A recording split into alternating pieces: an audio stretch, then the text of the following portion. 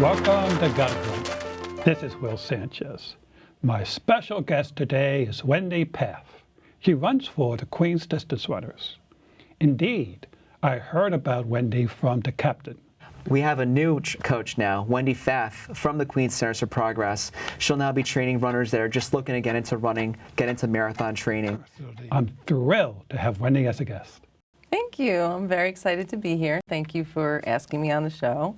It's a pleasure. Yeah. Wendy, let's get started by introducing yourself to the audience. For example, tell us where you were born and something about your childhood. Okay, so I was born in Albany, New York. I moved to New York City when I was 19 years old, and I've been here ever since. I was not very athletic as a kid.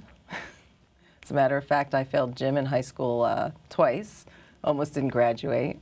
So I was more into music, definitely not into gym. I was lucky I was able to graduate from high school when I did. And then I moved to New York, and I started my career in New York as a hairdresser in, originally in Vidal Sassoon, and then I worked in Soho. Really? Vidal Sassoon trained you, or how did you train yourself? Yeah, and you kind of come in as an intern, but you're required to stay after hours to, learn the latest haircuts and to, kind of hone your skills before they'll allow you to become a full-fledged hairdresser. And then I went to work for a really cool hair salon in Soho. Oh, cool. Yeah. Any famous celebrities? Yeah. The salon was, very cutting edge and, very trendy. So we would get, and it was also like, the early 80s, so MTV was kind of just starting out. And so we would get a lot of like the people who ran the shows on MTV, some of the VJs. Madonna lived down the street, so she would come in.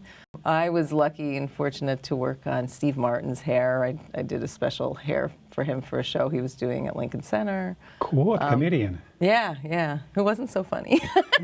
He wasn't funny? No, when he's on, and when he's not on, he doesn't need to be or doesn't want to be. Any other celebrities besides Steve Martin? One of my favorite clients back then was Dolph Lundgren. At the time, he was doing his the first Rocky movie where they introduced. Yes, he played the Russian bad guy. Yeah. So he would sit and look in the mirror and practice his Russian accent and. Oh, really? He's a tall guy, like 6'8". He's huge, and I whenever I tell somebody I've done this, I'm like, you walk into a hair salon and they give you the robes to put on. So he would come in and I was like, here, put on a robe. And the belt, which would normally be around someone's waist, was between his shoulder blades. That's how big he was. And he's a very intelligent guy. He's very smart, very well educated. I think he had in some science, he had his degree in sciences. Really? Yeah. Well, great. So after the hairdressing phase? After the hairdressing phase. So while I was doing hair, I was also working with bands. I'd always been into music, and I was managing bands at the same time and promoting some shows in the city. A place called Kamikaze, where I kind of blended the hair and the music together. So we did a rock and rollers night at the club, which was fun. And we set bands up on stages, and we would pretend it was like a backstage, and we would do everybody's hair in front of the whole audience and then send them upstairs to play live. So that was kind of a fun thing to do. Eventually, I kind of segued out of that and, moved more towards music. I opened up a studio on 37th Street, a rehearsal studio. It was called Rawhide Management. Rawhide? Rawhide, yeah. Oh, cool. Yeah, there's also a bar, on the west side called Rawhide. So I remember one night I got a call and somebody was threatening to blow the bar up. Oh, I see. And they called me. He says, no, I'm the other Rawhide. I know. So I called the bar. I'm like, I just got a call. Somebody wants to bomb you guys. I'm sorry to give you this news. Oh, my goodness. Yeah. Well, that's a lot of artistic tendencies you had. As a child, did you inherit that from your parents? Where did that artistic sensitivity come from? The youngest of 6 siblings. And we all have different talents. Okay, so you weren't a band when you were a kid, but you just go into it. Yeah, everyone always listened to music, so I guess, my sister had the best collection of 7-inch singles, so. Okay. After Rawhide, was there another segue? So, yeah, there was. So that, I wasn't exactly making a living off of it, so I took a job for a distribution company in Hollis in Queens. And from there, I met somebody who had a business that they had started another distribution company, and eventually he was the father of my kids, and we ran the business for about 20 years. Wow, 20 years. Yeah. So how many kids did you have? 2. 2. Yeah. Oh, no, they must be pretty grown up by now. Yes, they are 20 and 22 years old. Oh, a great ages. Yeah, I can yeah. appreciate Mom. Most of the time. What kind of distributor is that? That import, export kind of thing? Yeah, so we imported, it started out mostly importing dance music from all over Europe. So back then dance music was house, techno, progressive, just a lot of different famous DJs who played great records. Nowadays, I guess they refer to it more as EDM, that's like the standard term. So we would import records from all over Europe. This is vinyl records? Vinyl records, round things with the holes in it. And we would distribute them all over the country to mom and pop stores all over the U.S. That's all we dealt with. So it was very underground, a lot of, I guess if, the most famous band I can think of that back then was like nobody, no one had heard of it except if you went to clubs to hear this type of music was probably Daft Punk. And of course now they're like, Grammy-winning superstars. So they got to start somewhere. You do. And so you were one of those distributors that helped them along. We were. We would. Yeah. The company brought in and broke a lot of artists because back then. My God, and it lasted 20 years. That's amazing. Yeah. I mean, it was a good vinyl. one. You would think of it. That probably lasted 2 or 3 years, but I guess it lasted for a long time. No, it did. Eventually, CDs started coming in, and then downloading kind of like threw the whole game off. For us, the internet took over. Oh, yeah. excellent. And of course, DJs are the first guys to embrace that type of technology. It looks like you have a lot of material for if you're going to do your autobiography anytime soon. I don't know how interesting it would be, but yeah. Had an interesting life. I can't complain. Okay. Yeah. Now, during this time, you were living in New York mostly? Yeah, I was actually, then I was in Long Island. Our business was in Long Island. And during that time, were you active? No. In terms of running or gym? You was just working your ass off. Exactly. That's exactly what I was doing. I would run around the warehouse, and I would be lifting 70-pound boxes of records because records are heavy. You were cross training. So, you were I guess building a good core. Yes. Okay. Yeah, that's true. Okay, but now you're a member of both the Queen's Distance Runners and also this incredibly important organization. I think it's called the Queen Centers for Progress. Correct. Yes. So who came first, Queen Centers for Progress or? Yes. Well, I started running at the tail end of the business before we shut the business, and basically I was, I was working so much, and I always wanted to volunteer and give back in some way. That was my goal when I turned 40, to be physically fit. So I was in okay shape, but I said, oh, you know what, instead of working out, I'll run. And that first run was brutal. It's like, I can't run. But so I kind of, started moving into the running. And also at that point, I started fundraising. And I really loved the fundraising. I loved asking people for money, for other people, not for me. It just it made me feel good to do it. You mentioned earlier about if there are any, my parents artistic. My father was a fundraiser, not professional. He had his own business, but he was always fundraising for something.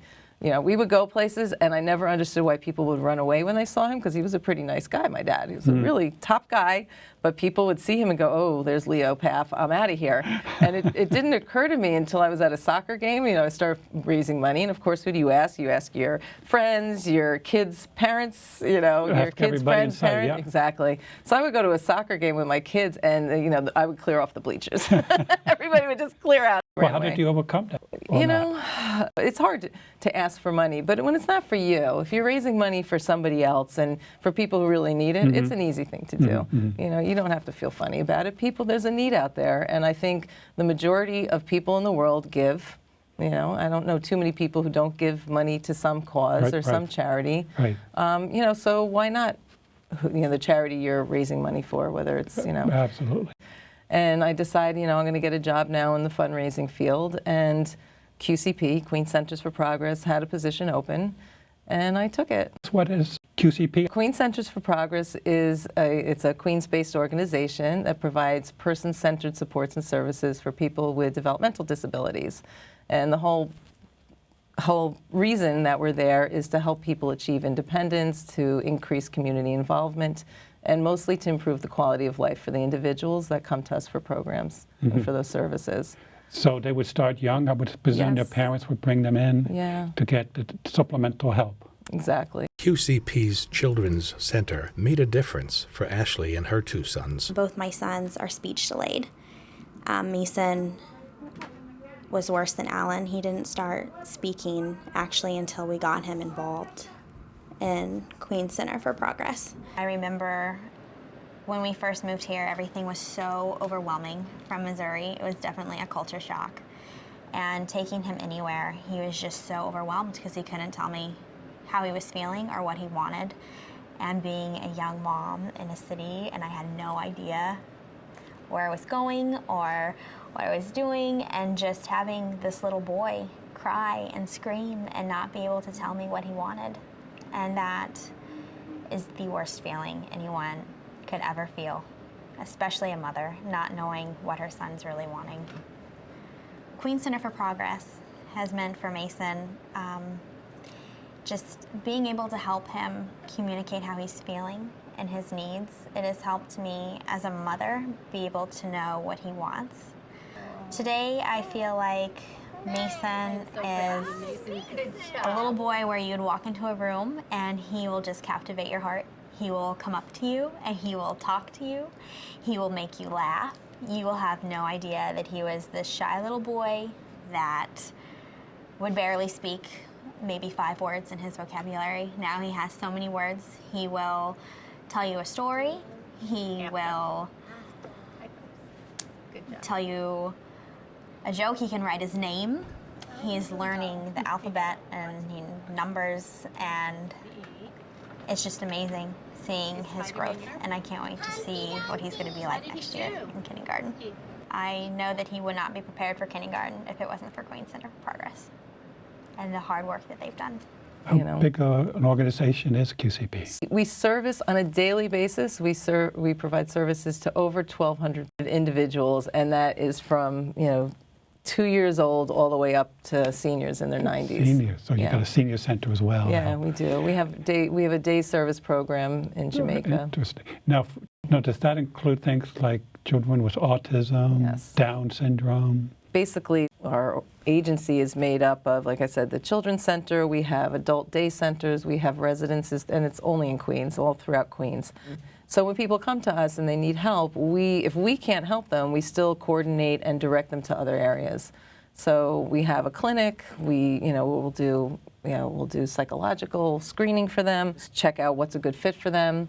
We have MSC services, which is, because basically everyone's entitled to disability, Social Security, So what is MSC? MSC is Medicaid Service Coordination. Oh, okay. And so, because when people come in, how... I personally, if I have a health care claim or a dental claim, I'm like useless. I can't even fill out a form. So you can imagine like the endless paperwork. I know. And sadly, when you have a child or anyone in your family with any type of disability, and they're first, labeled or they're diagnosed, let's say, with a disability, there's so much red tape, and it can take upwards of 2 years to get their benefits cleared. Oh gosh, And 2 years. Really? Yeah. So you can imagine these families have a lot of medical bills and just the care alone. So, so we're there to help tie it all together. Oh, that's terrific. Yeah. Otherwise, because in the bad old days, kids would go to places like Willowbrook, they would just be abandoned. Here, the family have a chance, at least keeping them home and taking care of them and having the needed supplemental support from organizations like yours. Absolutely. It's a great cause. Thank you. Thanks. It's a great cause. Now, you said you fundraise for them. Yes. Is there a tie-in to the Queens Distance Runners? There is a tie-in here. So when I arrived at QCP, Queens Centers for Progress, coming out of a fundraising and running program, of course, I set my sights right away. Okay, I want to be a New York Roadrunners charity partner.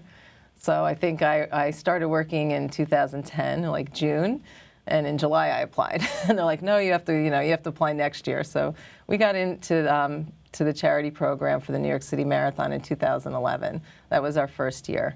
I had hoped and prayed that with my ties to the community, to the running community, I'd be able to make it a source of income and revenue for us. So you created a team that people could join to fundraise. Right, Team QCP. We kept it simple.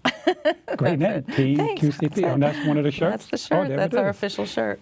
Excellent. And it looks like it's name tag. Yes, yeah. Anyone who runs for us gets their name on the shirt. They get the shirt, But yeah, we joined the charity program, and we've been very fortunate that we fill our spots every year. And most of the time we get repeat runners. So, like this year I had 3 people who ran the marathon for us last year, came back to run it again. I have one guy named Barney Williams who has run it every year since we started. And now we're also a charity partner for the United Airlines New York City Half Marathon. Excellent. Yeah. So how many years now you've been doing the Queens QCP? So that's 5 years for the 5 team years. doing the running. And yeah. Barney's been doing it all 5. Yes, yeah. I couldn't get him to do the half, but I had somebody else come back to do the half. And I still have spots for the half, so if anyone's looking to run the half marathon this year, call me. I'll put you right in. But tell us, how did you meet Kevin and the rest of the Queens Distance runners? Yeah, this is a great story because we, Will, you know how Kevin is. Kevin is very outgoing, I had fun. him in that chair. That's right. He probably wasn't as stuck to it as I am, knowing Kevin. No, he was bouncing all over.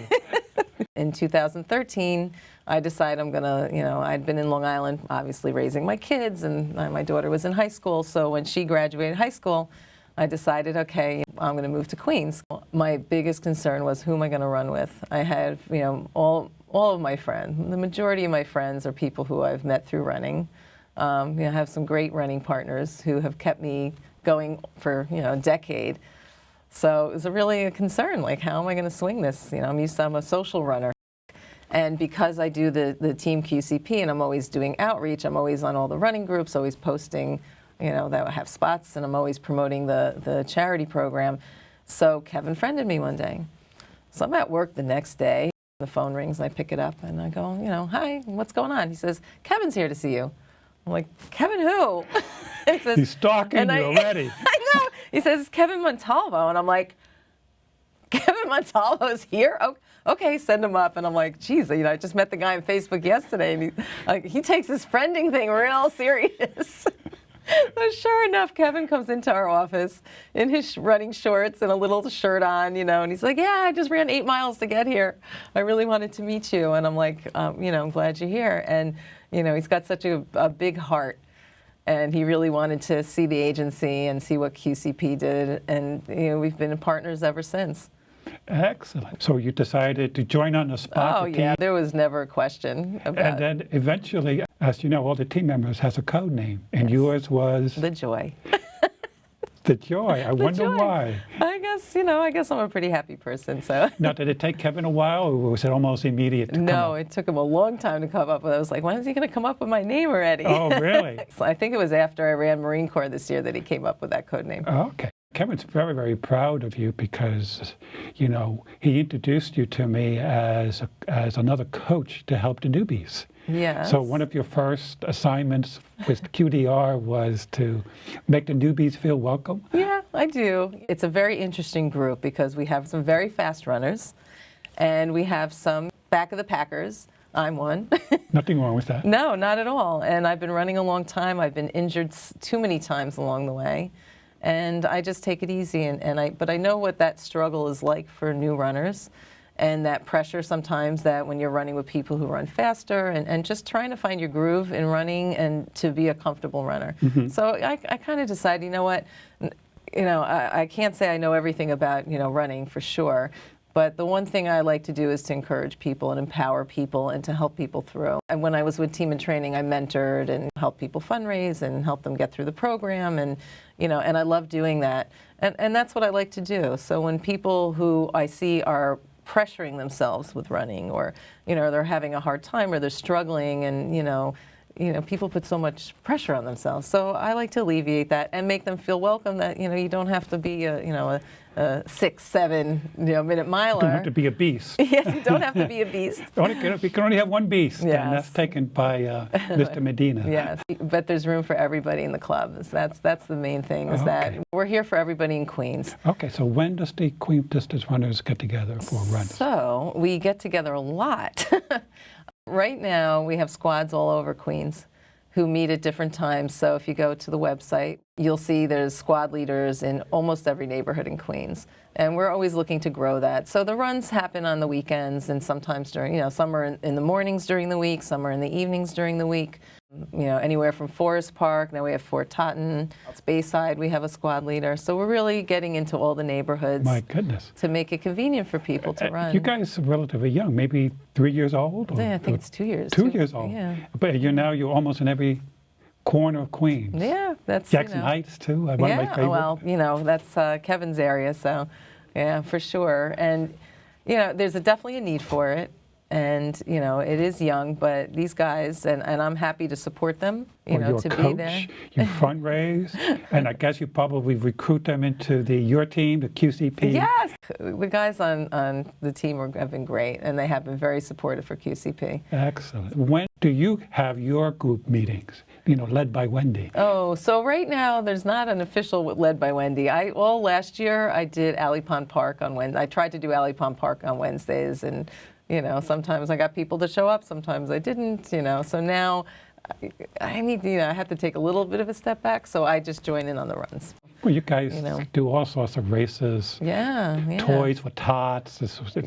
Yeah, Kevin, when we first met, he's like, I want to do a toy drive for you guys. I'm like, that sounds great. And then this year, of course, it became the Force Awakens. Oh, yes, the Star Wars come dressed up, and it was a hoot. And they, donated a ton of toys to Queens Centers for Progress. That's great. Yeah, that's great. So it's really nice. And we have, I think the next race is in February for the Love of Queens. It's a 5K in Flushing Meadow Park. Excellent. And then, of course, the Queens Marathon, the inaugural that's Queens Marathon. Yeah, well, that's the inaugural. Yeah. That's a big coup for you guys. It is. That's a PR in starting a club and having your own marathon in less than 3 years, maybe 2.5 years. That's amazing. Definitely a personal record. Yes, I think it is. I give him a lot of credit. Him, Maria, Edwin, the founders of the club. Great team. They're amazing. So passionate and driven, and they have a great vision for running in Queens. So that's amazing. How many people are there now? So I would say there are probably a solid 200 members that are, pretty active. Wow. What are some of your personal challenges in terms of running? Do you have a goal race? So the past year has been a record-breaking year for me. I ran the most races I've ever run since I started running. I started running in 2005, and I didn't like it until 2014. What changed in 2014? I don't know. It's like all of a sudden, my girlfriends and I, we've been training for 10 years, Jen and Kelly, my two best running buddies. And every time we would go out for a run, we go, oh my God, does this ever get easier? Is it always going to be like this? God, this sucks. But we would do it, and we would get out there for 4 days a week.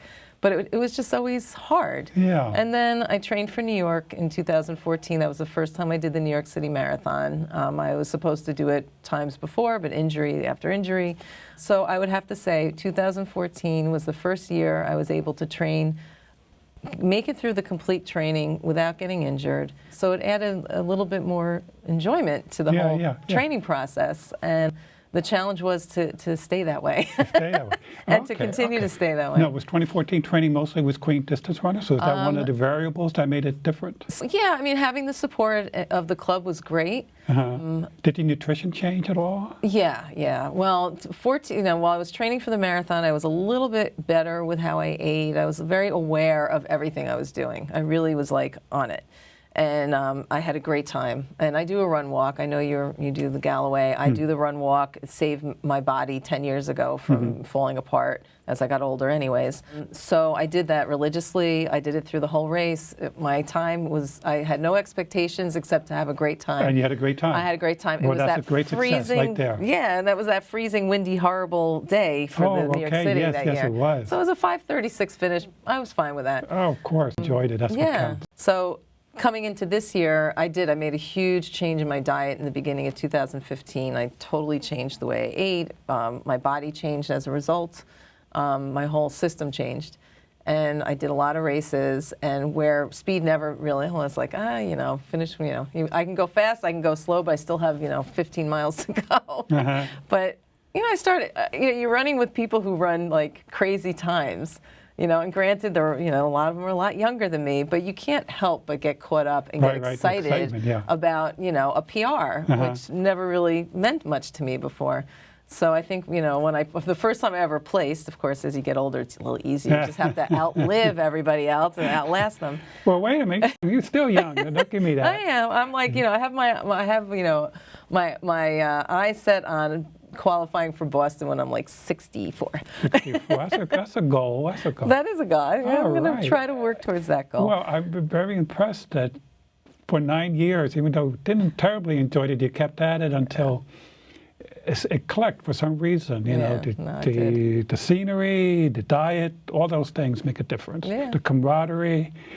Now, professionally, what's going to happen? Is there anything new coming up with the Queen Centers for Progress? We have an event February 23rd at Terrace on the Park, which is the best view in Queens. Wow. It's a food tasting called Evening of Fine Food. Uh-huh. And funny enough, in the 80s when I was doing hair, one of the, person who used to come in and get his hair done, and he also used to book my bands, and he booked bands all over the city.